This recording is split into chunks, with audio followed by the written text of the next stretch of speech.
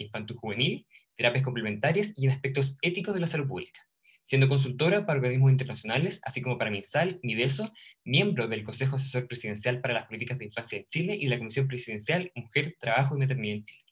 Actualmente es miembro del Consejo Consultivo de la Ley GES y de la Comisión de Previsión de la Ley Ricardo Asunto. Así que, sin más preámbulo, doctora, si es que por mientras para apurar podemos proyectar su presentación, por favor. ¿Puedo? Ya. Si debería ser la opción de Ya. compartir. Ahí está. ¿Se ve? Fantástico. Sí. Déjeme preparar esto.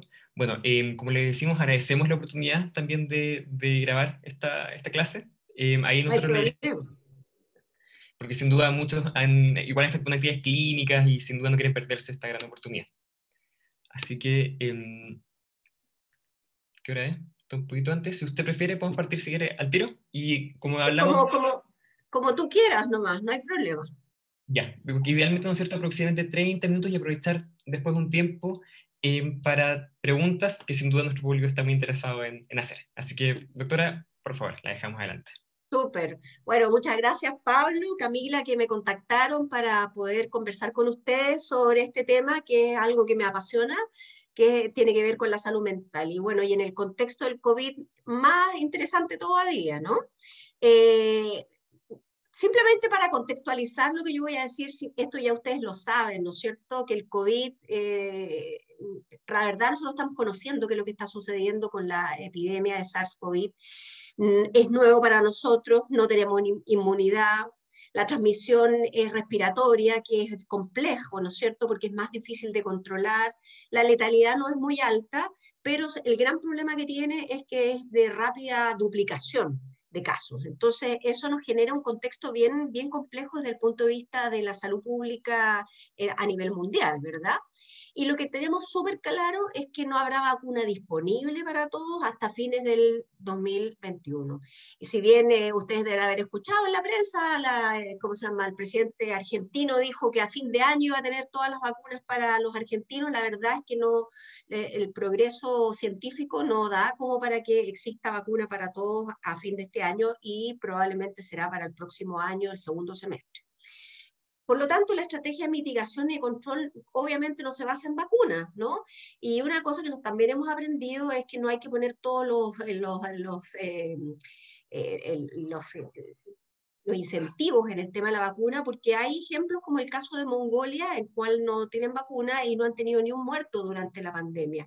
De hecho, ese es uno de los ejemplos a nivel mundial de buen control, porque el control se basa en cosas que ustedes saben, ¿no es cierto?, que tiene que ver con medidas más bien de carácter social, y el testeo, la trazabilidad y el aislamiento de los casos, ¿no?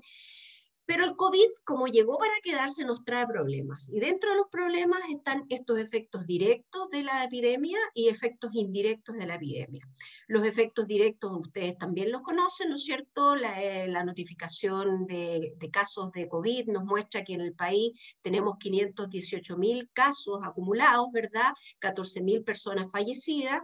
Esta es la curva epidémica que hemos observado en Chile, ¿verdad? Donde todavía no alcanzamos a niveles iguales a los que teníamos antes de mayo de este año. Sabemos que actualmente tenemos 2,7% de la población que ha sido afectada y que está notificada, lo que podemos estimar que sea alrededor de un 10% de la población, y estamos súper lejos de una inmunidad rebaño, que significa tener el 60% de la población de un país o susceptible con inmunidad, ¿no? O sea, 11 millones de personas, eso no lo tenemos ni por cerca. Por lo tanto, compleja la situación todavía. Y tenemos además los efectos indirectos, donde tenemos el tema de los efectos económicos, donde muchas de las familias de ustedes probablemente se han visto complicadas por reducción de ingresos o por cambios en la forma de la distribución de la economía del hogar, cambios laborales, ¿verdad? A nivel educacional también ustedes deben haber visto problemas a nivel del aprendizaje, ¿no es cierto?, en ustedes mismos, algunas dificultades. Y a nivel de educación preescolar y escolar, el tema de la deserción es algo que preocupa sin duda y que se ha visto en países que está siendo un problema.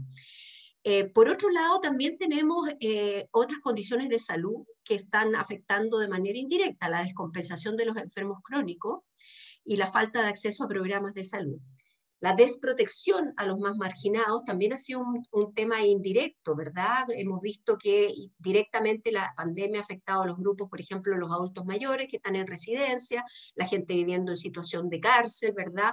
Personas que están con, ¿cómo se llama?, con vulneración de sus derechos, etcétera. Estos son grupos que se han visto más afectados y han visto afectados otra serie de problemas, ¿no? Porque les llega menos recursos en general, por se restringen la llegada de ciertos recursos a estos grupos. Y el tema que nos convoca, que es un efecto indirecto, que es el tema de la salud mental, tanto en temas vinculados al bienestar, las formas de ocio, de relacionarnos y las enfermedades médicas psiquiátricas. Entonces, los efectos indirectos en salud mental, que es lo que nos convoca, tiene que ver, por un lado, con cómo se ha modificado el estado de bienestar de los individuos, ¿no es cierto? Que en salud mental se define como el lograr las habilidades, lidiar con el estrés normal de la vida, poder trabajar productiva y fructíferamente y realizar una contribución a su comunidad. Cuando uno mira esta definición, uno inmediatamente se da cuenta que, dado COVID, hemos tenido varios problemas. Pero sabemos que además estamos sentados en Chile en una situación, en una realidad de salud mental en Chile previo a la pandemia, que además se va a reflejar ahora en una situación post-pandemia. Nosotros somos, ¿cómo se llama?, súper claritos y muy ligados a lo que dice el Lancet, ¿no es cierto?, que no hay salud sin salud mental, eso es nuestro eslogan a los que trabajamos en esta área, y por lo tanto para nosotros es una preocupación tremenda. Veamos un poco la salud mental antes de la pandemia rápidamente para poder centrarnos en lo que está sucediendo ahora como la pandemia. Tenemos 4 problemas de entrada. Alta carga de enfermedad mental en todas las edades, un bienestar subjetivo, que es esta percepción de que yo puedo construir con al medio, etcétera, relativamente bueno, razonable. Tenemos un problema de violencia normalizada en el país, y les quiero mostrar cifras para ello, y tenemos además los efectos psicológicos debido al estallido social, ¿no es cierto? Nosotros antes de la pandemia estábamos en eso, ¿no? No aislamiento físico por ninguno, o sea, perdón, distanciamiento físico, nada que ver, y además teníamos este tema, digamos, de la movilización social que estaba ocurriendo en el país, ¿verdad? ¿Qué pasa con la enfermedad médica mental en Chile? ¿No? Y ustedes lo saben muy bien, tenemos que en Chile no somos muy distintos a lo que sucede en el resto de los países más bien desarrollados, nos acercamos a lo que sucede en términos de carga de enfermedad, que significa el peso que tienen las enfermedades en términos de discapacidad y muerte. La verdad es que nos acercamos, acá está Chile, 21% de la carga de enfermedades por trastornos neuropsiquiátricos, nos acercamos a lo que sucede en Estados Unidos y Canadá. Es muy típico el patrón de países más bien desarrollados, donde el tema de la depresión la lleva, ¿no? Y si vemos en temas de discapacidad, ahí sí que tenemos algunas diferencias respecto a los países más desarrollados, porque nosotros tenemos una carga de trastornos mentales en términos de discapacidad mayor que lo que ocurre en países más desarrollados. O sea, ahí nos parecemos más a los países que están en vías de desarrollo, ¿ya? Esto nos pasa en Chile en todas las áreas de salud, que estamos como en esta cosa que nos parecemos a los países desarrollados en algunas cosas y en términos, sobre todo en el control de las muertes, pero en términos de discapacidad y en términos de prevalencia de enfermedades nos parecemos más a lo que ocurre en algunos países en vías de desarrollo. En términos de mortalidad por suicidio, en Chile estábamos en una situación bastante buena. Acá está lo que sucede a nivel promedio en el país. Teníamos un 10,2 por 100.000 habitantes de fallecidos debido ¿cómo se llama?, a suicidio, lo cual es bastante, si lo vemos en el contexto internacional, nos sitúa en una situación intermedia respecto de países de la OCDE y bastante mejor que, por ejemplo, lo que sucede en Corea o lo que sucede en Lituania y en los países y en estos países, como ustedes pueden observar. Sin embargo, ustedes saben que Chile, sin embargo, tiene un aumento en el número de suicidios en poblaciones más jóvenes, en adolescentes, lo cual es una preocupación adicional. Si bien estamos bien, hemos bajado bastante, se mantiene estos últimos años estable y tenemos este perfil que es preocupante. El consumo de sustancias es un temazo en nuestro país. porque por un lado hemos aumentado el consumo de marihuana, la cocaína se ha mantenido, la pasta base también, más bien ha tendido a reducir, alcohol, algo, tabaco se ha reducido, y los tranquilizantes, el uso de psicofármacos, tenemos un problema que vamos en aumento. Si uno lo ve con las encuestas del Senda, que la última, la comparación del 2006 al 2018, ustedes ven cómo ha aumentado en la proporción de personas consumidoras que son dependientes a marihuana o que tienen consumo problemático de marihuana. Y por el lado, en cambio, por ejemplo, cocaína nos hemos mantenido más o menos en niveles estables desde el 2006. Y por otro lado, en el tema del consumo del alcohol, si bien ha habido una reducción relativa del consumo de alcohol, el tema de la dependencia y el problema del consumo problemático de alcohol se sigue manteniendo prácticamente en el país. Y con una gradiente por nivel socioeconómico muy importante, donde el mayor consumo se sitúa en los niveles socioeconómicos más bajos. Es porque el alcohol es muy barato, ¿verdad? ¿Y qué pasa con algunas enfermedades? ¿No? El tema del, por ejemplo, la sospecha de depresión, nosotros tenemos que un 15,8% de la población adulta tiene síntomas que hacen sospechar que pudiera tener una depresión. Esta es la gente que va a consultar porque cree que puede tener una depresión. Y en términos de depresión clínica que requiere ser atendida, tenemos un 6,2% de la población en estas condiciones. Como ustedes ven, siempre las mujeres la llevamos en la depresión, lo que no es muy bueno, pero es así, ¿ya? Lo complejo es que tenemos un número muy importante de gente que está en este problema. Vimos que la carga de enfermedad a nivel mundial, ¿no es cierto? La depresión es uno de los temas, ¿verdad? Y en Chile no estamos en una situación diferente. El problema es que la prevalencia de las personas que tienen depresión, ¿no es cierto? Que aquí podemos decirlo en números absolutos para que ustedes vean, 2 millones de personas tienen síntomas depresivos. 912 requieren atención ya. Y de esos están siendo atendidas o han recibido atención por depresión, cualquiera sea la modalidad, 170.000 personas de este 912. Y de esos están usando el GES, que además ustedes saben que hay un GES específico para depresión, ¿no es cierto? 61.000. O sea, tenemos un problema tremendo porque la gente que está en esta condición no está accediendo a ser atendida. Y esto era la situación antes de la pandemia. Además, tenemos una carga muy importante de personas con enfermedades crónicas, y nosotros sabemos que a nivel mundial las personas que tienen enfermedades crónicas además tienen como comorbilidad problemas de salud mental, ¿no? Por ejemplo, en este caso, esto es un estudio a nivel Estados Unidos, pero nosotros no somos muy distintos. En pacientes que tienen enfermedades crónicas, ¿no es cierto? Las personas que tienen un diagnóstico de patología en salud mental tienen 3,8 veces más enfermedades crónicas que las personas que no. ¿Ya? Entonces la comorbilidad es un tema muy relevante en el país, lo que hace más complicado la atención de esta población. Entonces, eso eran los adultos, pero ¿qué pasa en los niños? Esto es un gráfico que a mí me parece alarmante, siempre lo muestro, porque es un estudio que hicimos en el 2013 y la verdad es que los últimos datos no han cambiado para nada. Nos situamos que hay un 22% de niños entre 3 y 4 años que tienen trastornos conductuales ya. Si lo vamos a grupos de más edad, de 14 a 18 años, nos encontramos que tenemos, por ejemplo, en el grupo entre 12 y 18 años, un 33,2% de esos niños a nivel de la población nacional tienen trastornos, enfermedades médicas psiquiátricas, y el grupo de menor edad tienen hasta un 44%. O sea, nosotros estimamos que sumando a todos los grupos de 0 a 18 años, tenemos alrededor de entre un 25 y un 30% de niños con problemas en el ámbito psiquiátrico.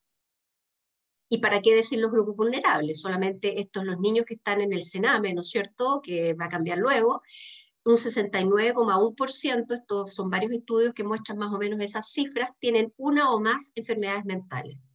Donde la brecha asistencial, o sea, que han logrado tener atención, hay un 89% de esos niños que no han recibido o no reciben atención psiquiátrica que corresponde, ¿no es cierto? Y los adolescentes privados de libertad, que tienen entre 14 y 17 años, que están por la ley que les corresponde, ¿verdad? El 86,3% tiene trastornos mentales, ¿no? Entonces, dentro de los cuales el tema de la dependencia de droga es el tema de base muy importante. Nosotros tenemos una red temática de atención mental en el país muy bien estructurada y organizada, que va desde la atención en la familia, ¿verdad? Los dispositivos de atención en salud, de atención abierta, que se llama, que son ambulatorias, donde está atención primaria, que es lo más importante, más los centros especializados, los hospitales de día, más las unidades de atención cerrada, que están desde los hospitales psiquiátricos hasta las unidades psiquiátricas en hospitales generales, ¿verdad? O los centros de reclusión o las residencias de atención cerrada. Esa es una red bien estructurada y a nivel latinoamericano y el mundo se les considera así, o sea, verdaderamente. Pero tenemos además documentos relevantes que nos van orientando, como es el Plan Nacional de Salud Mental y este que nos dice cómo debemos gestionar. El gran problema nuestro es este, ¿no? Es que la distribución del recurso para salud mental, o sea, el presupuesto del sector salud está absolutamente desbalanceada. O sea, es menos del 3%, y si nosotros le sacamos a ese 3% lo que viene por presupuesto Senda, que es el Ministerio del Interior, o sea, nos quedamos con que es más o menos el 1,5% de todo el presupuesto de salud. ¿Ah? Entonces, es extremadamente baja si lo comparamos con lo que sucede en otros países de la región, simplemente de la región, ni siquiera comparémonos con los países desarrollados, que vemos que nos parecemos bastante a ellos en algunas áreas, ¿no? Y además, si lo vemos dentro del gasto de atención primaria, por ejemplo, que sabemos que es la puerta de entrada, ustedes fíjense acá, este es el porcentaje del gasto de atención primaria para temas vinculados a salud mental. En 2018 se calculó y era aproximadamente 1,9%. O sea, y vemos la cantidad de personas que están requiriendo atención en el ámbito de salud mental. Entonces, si ustedes lo comparan, ¿verdad? Ustedes dicen, pero ¿cómo es posible que sea tan bajo? Y eso nos explica por qué, por ejemplo, en depresión tenemos tan poca gente que está siendo atendida realmente.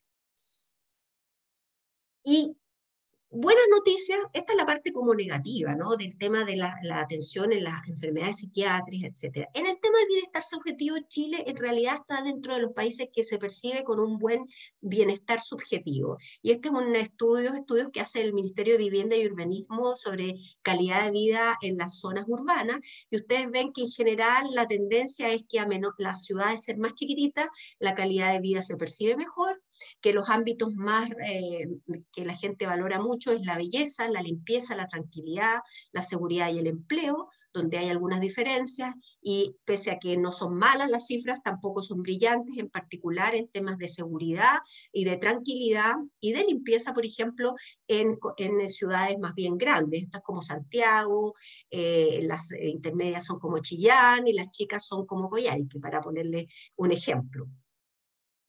Y si vemos algunos temas, otros temas de bienestar subjetivo, por ejemplo, vemos esta es la calificación en la encuesta de calidad de vida y salud, donde en general la calidad de vida se percibe como buena o muy buena en el 67% de la población, muy parecido a lo que muestra el MIMBU, ¿verdad? Pero tenemos algunos grupos que se perciben un poco peor, como son las mujeres en general, un tema de género hay en calidad de vida, sin duda, y además, ¿cómo se llama?, en los grupos de mayor edad. Y si vemos acá la satisfacción con los ámbitos de la vida, vemos que en general los ámbitos en los cuales hay más complicación son en la situación socioeconómica y la oportunidad para divertirse, que se vincula también a la situación socioeconómica, ¿no es cierto? Una persona que tiene que trabajar muchas horas, más allá de las horas que se recomienda, ¿verdad?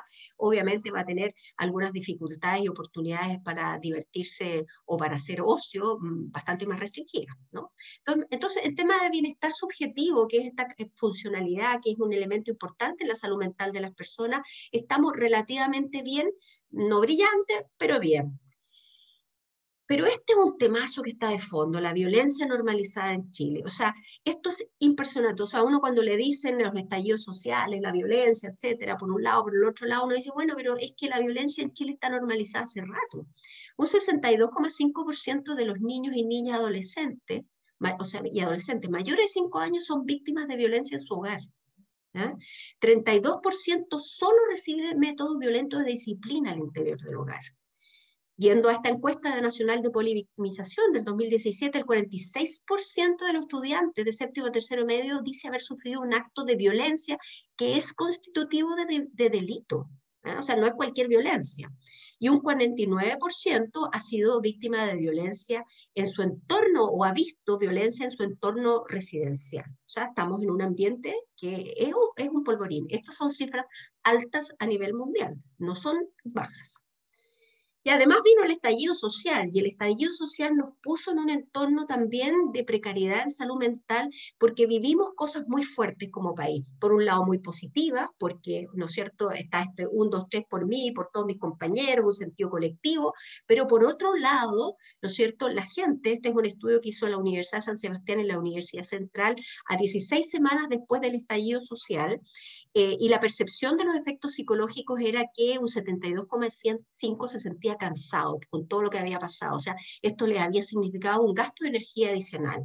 62,5% se había sentido más estresado, más ansioso 62%, y más con un sentido de angustia un 57,7%. Y algunos habían tenido problemas para dormir, que es alrededor del 40%. Aquí veo que no salió en la diapositiva. Entonces, esa era la situación pre-pandemia, y además que tiene que ver con esto que está aquí en esta gráfica de una empresa consultora de mercado, ¿no es cierto?, que mira el tema más bien de la confianza de las empresas, el bienestar social, y vemos cómo en azul es la percepción de la confianza hacia las empresas, y esto en rojo es el bienestar social, en unas métricas que ellos hacen, una encuesta muy grande a nivel nacional, es bien interesante. Entonces, ustedes ven cómo empieza, en realidad el bienestar social nunca ha sido maravilloso, pero tampoco tan malo, está dentro de lo que se describe, subió en enero del 2018, se mantuvo bastante bien, y después, a partir de enero del 2019, marzo, empieza a caer de manera drástica, hasta, ¿no es cierto?, cuando empieza en octubre el estallido social, pero venía cayendo de antes, ¿no? Y aquí se ocurre una serie de eventos en los cuales lo que prima, ¿verdad?, que reduce el bienestar social es la pérdida de confianza, donde hay una cantidad de eventos. Yo no les traje la diapositiva, pero es bien notable. Entonces, estábamos en eso, ¿no es cierto?, que deterioró el bienestar social, pese a que veníamos con un bienestar relativamente bueno, con un ámbito de salud mental complejo en términos de enfermedades, de patología, y se nos viene la pandemia. Entonces hay efectos que vamos a ver en estos tres grupos, fundamentalmente en los que tenemos datos.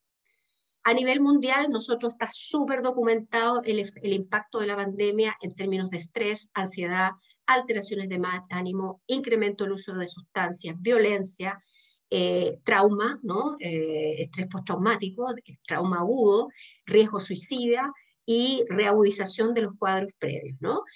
Hay miles de referencias. Las primeras referencias vienen de los efectos que se vieron en China, en Wuhan, pero ahora tenemos de lo que ha sucedido en Europa, y en particular en los países que han tenido confinamientos súper importantes, ¿no? España, Italia, en que viven, además tienen una sensación, ¿no es cierto?, en particular de malestar por no poder estar con otros, muy importante, a diferencia de otros países que lo han vivido un poquito mejor. O sea, ahí hay ciertas diferencias.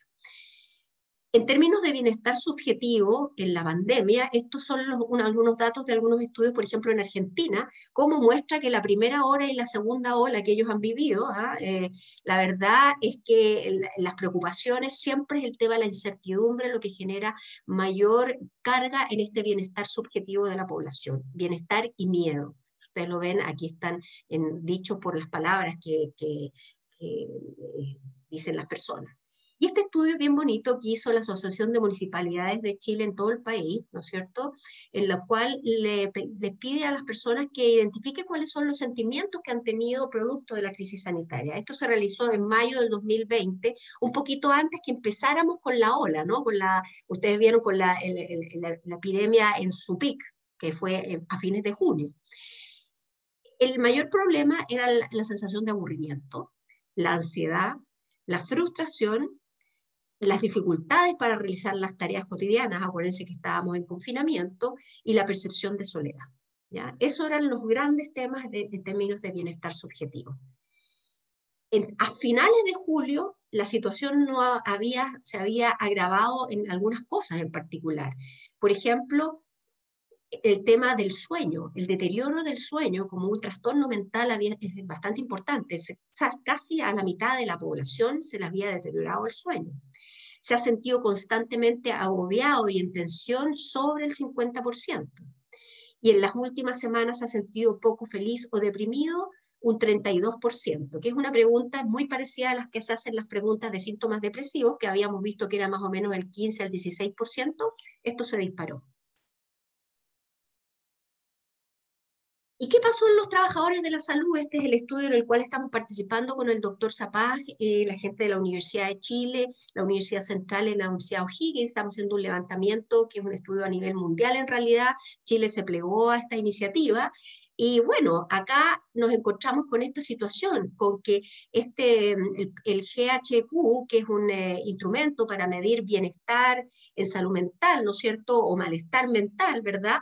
Tenemos que un 56,8% de la población tiene algún nivel de malestar o no bienestar en salud mental. O sea, está afectada su salud mental un 56,8% de los trabajadores de la salud. Cuando me estoy refiriendo a trabajadores, incluyo a profesionales y no profesionales, ¿no? O sea, desde la persona que está recibiéndonos en la puerta hasta la persona que está atendiendo en una unidad de cuidados intensivos, ¿no? Y hay un grupo importante que tiene niveles elevadísimos, que son este grupo de acá, ¿no? Esto está en número. Y en términos de consumo, se nos disparó el consumo de alcohol entre los trabajadores de la salud. El consumo de tabaco, vamos a ver cannabis y sedantes. En general, el tabaco es bastante menos consumido en algunos grupos de la población de trabajadores de la salud. Pero esta tabla yo la encuentro re preocupante. Estos fueron los datos que nosotros obtuvimos hasta fines de julio de este año, ¿verdad?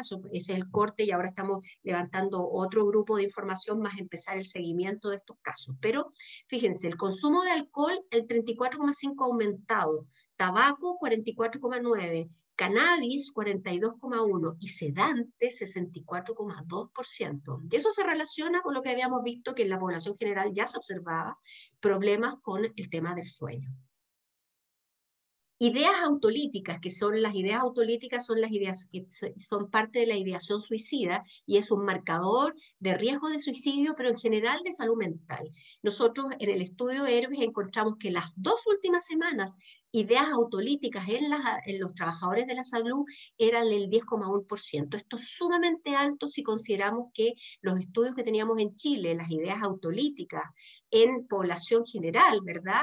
Era aproximadamente 14,3%, pero en la vida, ¿no? 10,8% en la vida, ¿no es cierto? Esta es la encuesta nacional de salud y este es el estudio de Vicente Salud Mental. Entonces, esto es tremendamente alto, ¿ah? Y esto está asociado a que este grupo que se siente con ideas autolíticas, o sea, querer terminar con querer, ¿cómo se llama?, morirse, ¿no es cierto?, tener ideas de muerte, ¿verdad?, se asocia con problemas a nivel de su trabajo, insuficiencia ¿cómo se llama?, elemento de protección, sentirse discriminado, no contar con un buen apoyo en su trabajo, haber sufrido violencia durante la pandemia. Recordémonos que hubo violencia hacia los trabajadores de la salud para efectos de discriminación, ¿no es cierto? Hubo un cierto grado de discriminación por miedo a ser contagiado y no sentir confianza también en su lugar de trabajo como para enfrentar el COVID. Entonces, una situación de alto riesgo en esta población. Y los adolescentes también están presentando problemas. Esta es una encuesta que hizo Educación 2020 a propósito de la pandemia, donde un 63,5% de los adolescentes chilenos se siente aburrido. Esto es una muestra enorme que hizo Educación 2020, es un estudio muy bonito. Ansioso y estresado, 41%. Adolescentes me refiero del grupo de 7º hasta 4º medio, ese es el grupo que ellos tomaron. Molesto o frustrado, 35%, solitario o triste o deprimido, 21%, asustado, 20,8%. Y ya ideas más positivas, ustedes ven que es bastante poco, ¿no? Y cuando se les preguntó ahora, esta es una encuesta bastante reciente sobre el tema del retorno a clase, o sea, lo interesante es que los estudiantes ahora, ¿no es cierto?, se sienten menos asustados de retornar a clases, más motivados de volver a empezar sus actividades, y también menos estresados, la condición actual. Pero sin embargo tenemos el problema en los apoderados que se sienten tremendamente asustados del ingreso de sus hijos al colegio, ¿verdad?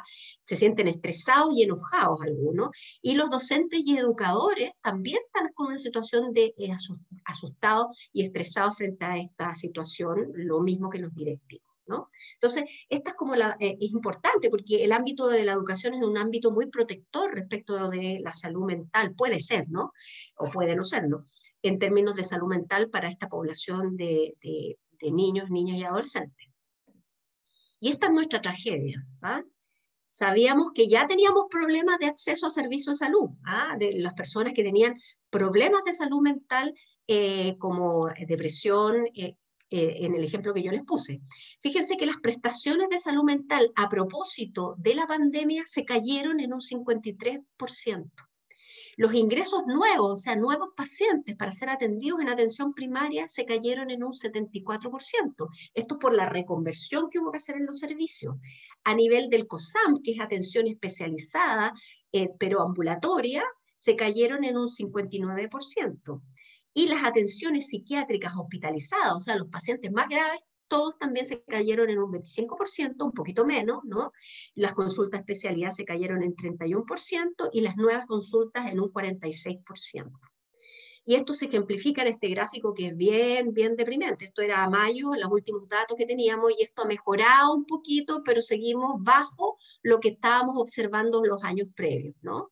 Que era bastante más positivo. Entonces, acá tenemos un problemazo porque vamos a tener que hacernos cargo de todo lo que se dejó de atender y además recontactar a la gente para poder recibir atención en salud.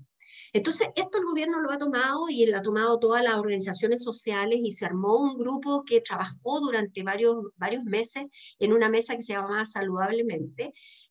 A mí me tocó trabajar en el tema de fortalecimiento de los sistemas de salud, en una de las mesas en que lideraba una académica, la doctora Toro, de la Universidad de Chile, y Alberto Larraín, también de la Universidad Universidad de Chile, ahora está trabajando en regiones, ¿verdad?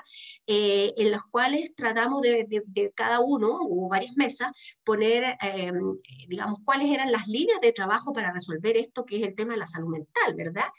Y bueno, se generó esta mesa donde hay algunos dispositivos de ayuda que están online, ¿no es cierto? Esto para por lo menos tener algo disponible por mientras, más la readecuación de los servicios. Y producto de esa mesa se generó un acuerdo, ¿no es cierto?, en que para el presupuesto de este año se iba a incrementar los recursos para salud, recordémonos el problemazo que tenemos, en algo para salud mental en particular. Como ustedes ven, el reforzamiento que se viene, a propósito del tema del presupuesto, tiene que ver con el testeo, aislamiento, fondo especial para vacunas, que ya los conocemos, fortalecimiento de atención primaria, que es urgente, el tema de la construcción, mantenerlo, y salud mental en particular, ¿no? Salud mental se asocia mucho a estos temas también de listas de espera que hay que mejorar. Se supone que hay un incremento, un 8,9%, que sin duda no va a dar el ancho para todo lo que necesita por el rezago que tenemos como país, pero por lo menos hay una buena noticia en ese sentido. Entonces, concluyendo, hay avances importantes en Chile en temas de salud mental antes de la pandemia, en conocer la relevancia que se tiene del problema. Sabemos que tenemos un problemazo, tenemos datos, hay un plan, hay una red temática organizada, y con el COVID se hizo más evidente la necesidad de inversión en este tema. Problema es el desconocimiento total del gasto en salud mental. Sabemos que necesitamos para la atención de problemas médicos de salud mental, pero nos falta saber cuánto necesitamos invertir como país para los aspectos de promoción y de, ¿cómo se llama?, y de prevención primaria en salud mental. Los grandes olvidados siempre han sido los niños y niñas y adolescentes. La buena noticia es que se está reactivando un programa, o sea, el subsistema de protección Chile Crece Contigo. Se está armando una mesa en la cual me invitaron a participar ahora, así que estoy muy contenta porque la idea es mirar este programa, que es un programa verdaderamente de promoción de salud mental en la infancia, cómo podemos mejorarlo, qué recursos necesitamos, etcétera. Y, por cierto, la mejora de los subsistemas de protección que afectan mucho a los niños. Como vimos, los niños más vulnerados en sus derechos son los niños que tienen más trastornos mentales. El COVID-19 visibiliza la necesidad de abordar este tema de salud mental y mejorar el presupuesto. O sea, sin salud mental no hay salud. Y más aún, ¿ah? Y esto lo tomo como para terminar, lo que dicen los países más desarrollados como el Reino Unido.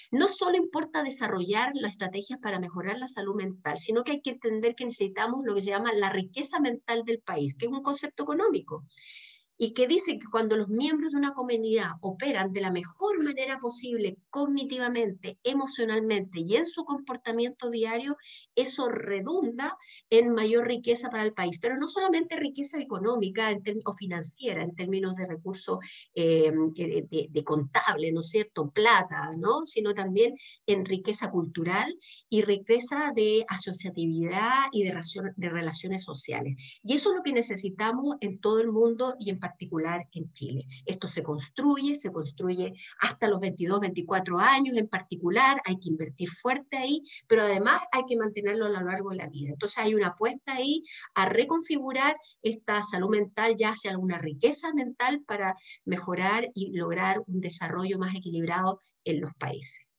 Muchas gracias. Muchas gracias, doctora. Deme 3 segundos, vamos a configurar. Súper importante lo conversado, ¿cierto? Para saber dónde hemos estado, dónde estamos y a dónde vamos. Y ahora vamos a dar paso a unas preguntas, así que si me ayuda nuestro Zoomer oficial, Darko, con la pregunta de Sofía Trabuco.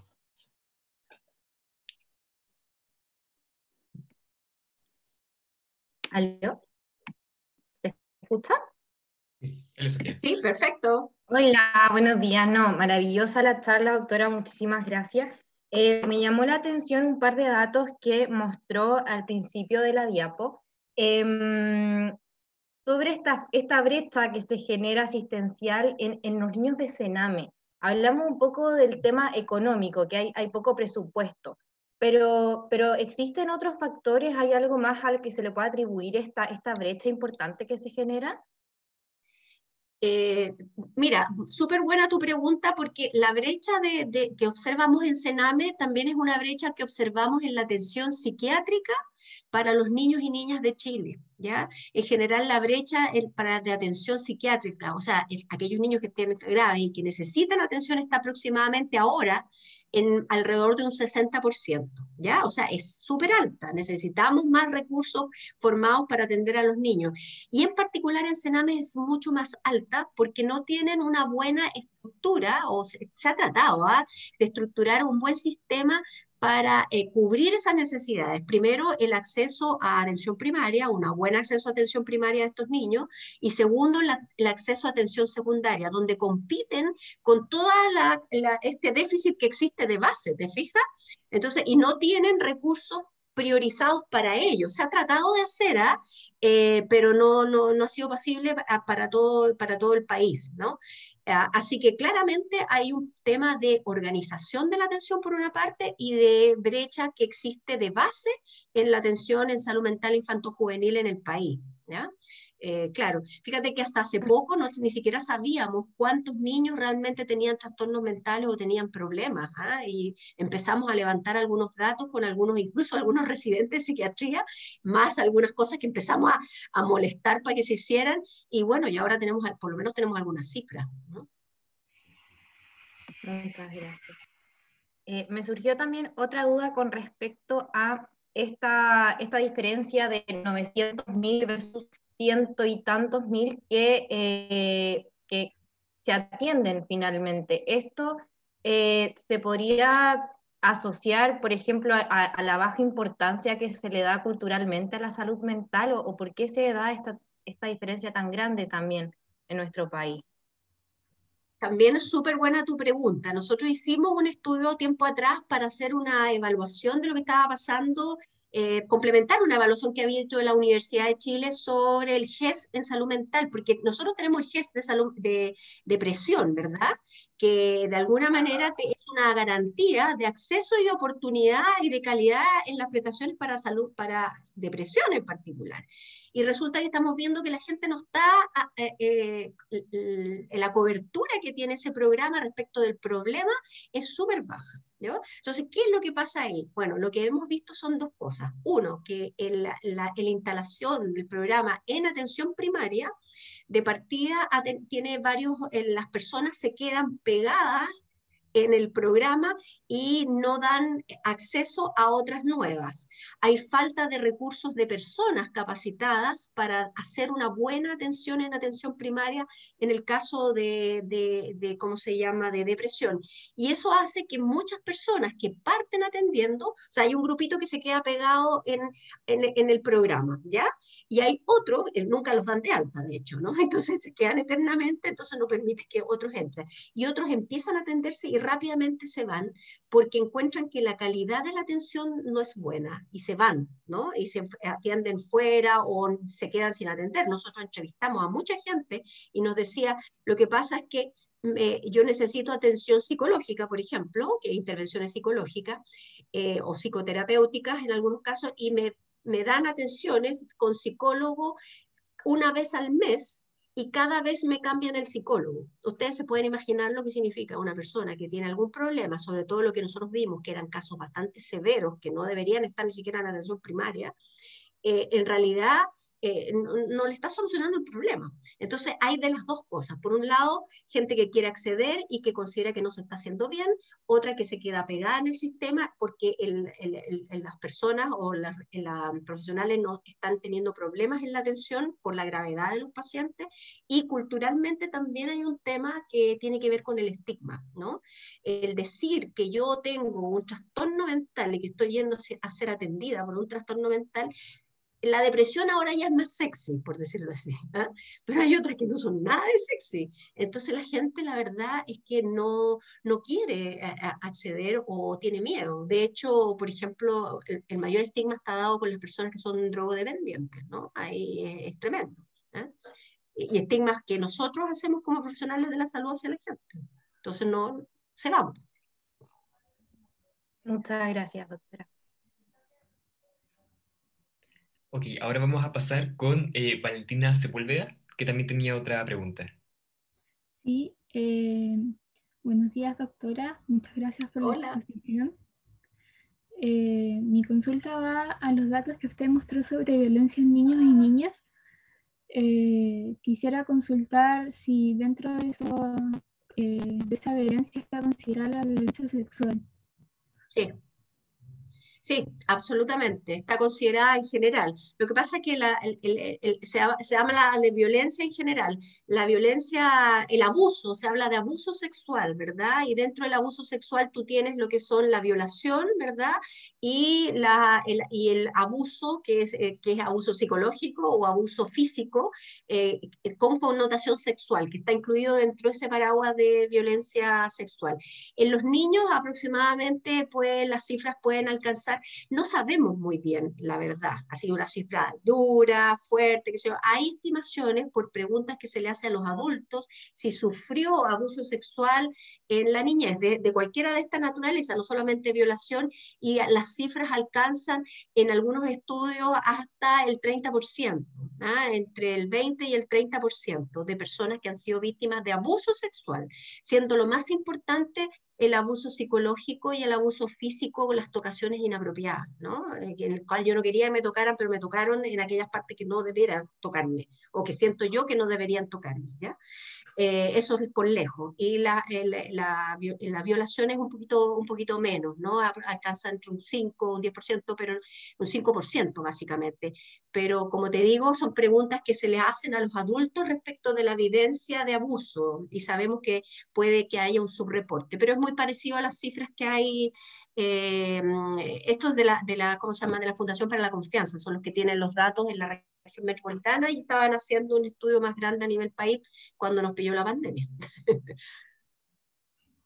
Muchas gracias. Y en base a lo mismo, quisiera preguntar, en el sistema de salud público, por lo menos lo que yo tengo conocimiento, en atención primaria cada cierto tiempo se hace una ficha del adolescente y ahí se hacen preguntas sobre violencia sexual. Sí. ¿Hay algún estudio que muestre cuál es el porcentaje de adolescentes que manifiestan ser víctimas de violencia sexual o haber sido víctimas? Mira, no me acuerdo la cifra. Nosotros hicimos el estudio, de hecho, con la doctora Subarev años atrás. Esto fue el año 2012. hicimos el estudio de todas las fichas CLAP, se llaman fichas CLAP, ¿ah? Que se aplican a todos los, no, no en todas partes, pero mayoritariamente a los adolescentes que se atienden en el sector público de salud, eran más o menos como equivalían como al 20% de la población de adolescentes en aquellos años, ya puede que haya aumentado, y ahí hicimos el levantamiento de esa información, pero la calidad del dato era muy mala, ¿ah? Y eso fue una de las observaciones que le hicimos al ministerio, porque no se recababa muy bien el tema de la percepción de violencia o abuso por parte de hacia los adolescentes. Entonces las cifras no eran muy confiables, ¿ah? Y no me acuerdo mucho exactamente las cifras, pero no era algo que uno le llamara especialmente la atención, y eso fue lo que nos llamó la atención, ¿ya? Que eran, o sea, eran subreportados respecto a los estudios que uno sabe a nivel internacional o en muestras más chiquitas y mucho más controladas. Entonces, hay un tema de registro ahí en esa que podría ser un instrumento súper potente. Habría que hacerlo de nuevo, en realidad. Ok, muchas gracias, doctora. Ya, y para ir finalizando, tenemos una última pregunta por parte de Francisca Cerda. No sé si la pueden habilitar para que pueda... Habilitado. Ahí sí, ¿se escucha? Súper. Sí, perfecto, Francisca. Hola, doctora, muchas gracias por su clase. Le quería hacer una consulta. Yo me desempeño como médico general trabajando dentro del programa PASMI de salud mental infantil, y la verdad es que conocí este programa recién este año. En los consultorios anteriores por los que había pasado nunca lo había visto, y me encantó. O sea, yo me trabajo como médico